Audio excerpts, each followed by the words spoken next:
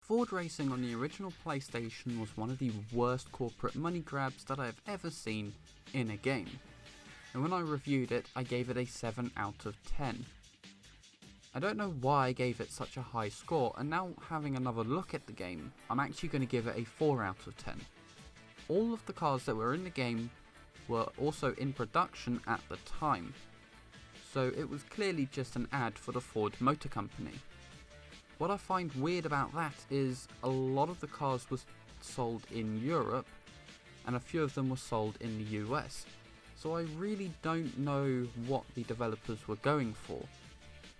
The game got very mixed reviews, as GameZone gave it a 9.4 out of 10 and PC Zone gave it a 1.9 out of 10, but that was on the PC, which isn't much different to the PlayStation version. Ford Racing 2 was released 3 years later in 2003. The game was developed by Razorworks, who had previously only developed one racing game, which was Total Immersion Racing, so straight away things aren't looking good. Ford Racing 2 was published by 3 different companies, depending on where the game was sold and what platform it was released on. So Empire Interactive published the game in Europe, Gotham Games published it in North America, and Feral Interactive published it on Mac. Overall, the game was published on 4 platforms: Windows, the PlayStation 2, Xbox, and Mac. I'm reviewing the PlayStation 2 version of the game.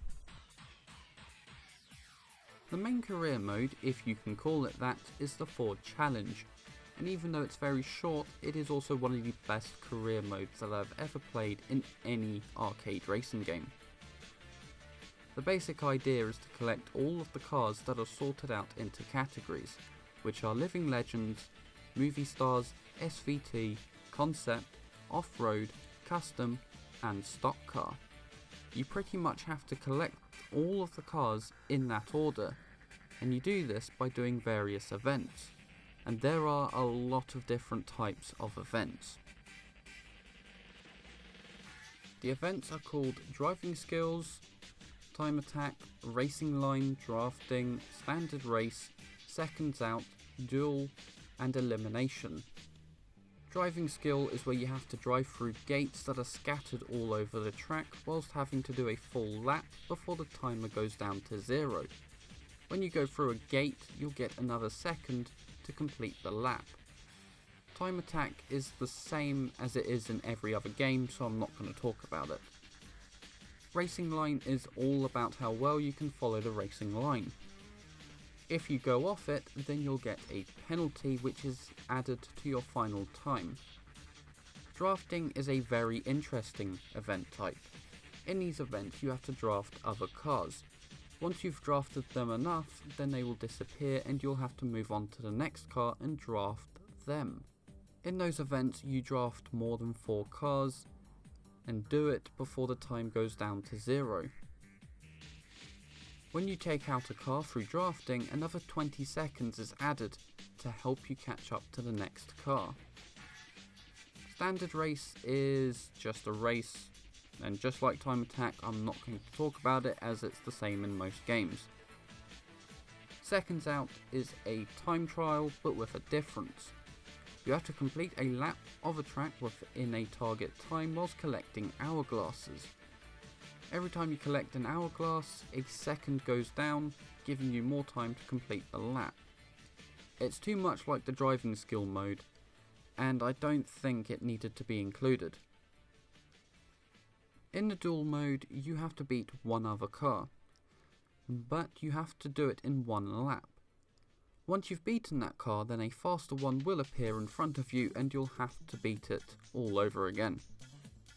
And then we finally get to Eliminator, which I don't want to talk about because many games have an Eliminator mode, and to be honest, developers need to come up with something new. The events are fun, and because there are so many different types, the game doesn't get repetitive at all. So much so that I played through the entire game in one go, but I think that says more about how short the gameplay is rather than how repetitive it is. I managed to play through the whole game in 3 hours, and I don't think that's because I know what I'm doing. This was the first time that I had played this game in about 12 years.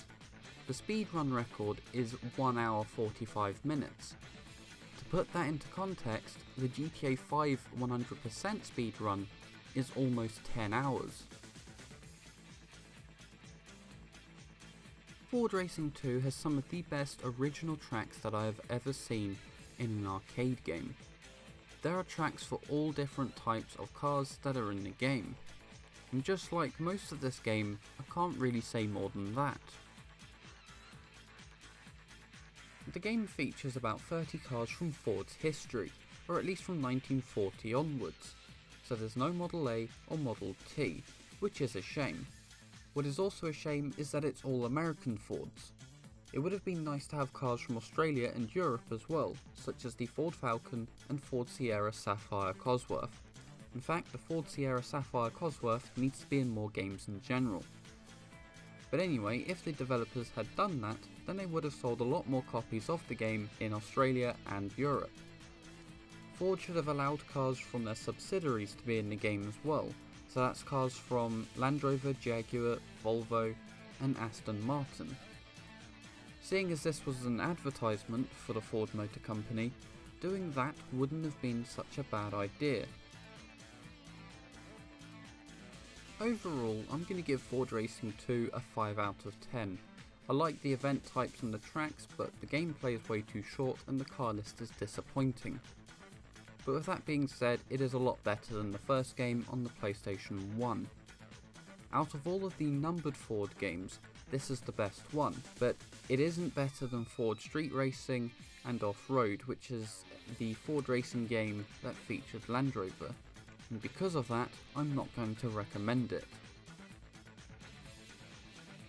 This has been my review of Ford Racing 2 on the PlayStation 2. If you like this review, then please give it a like. If you didn't, then give it a dislike, and if you want to see more, then please consider subscribing. Goodbye.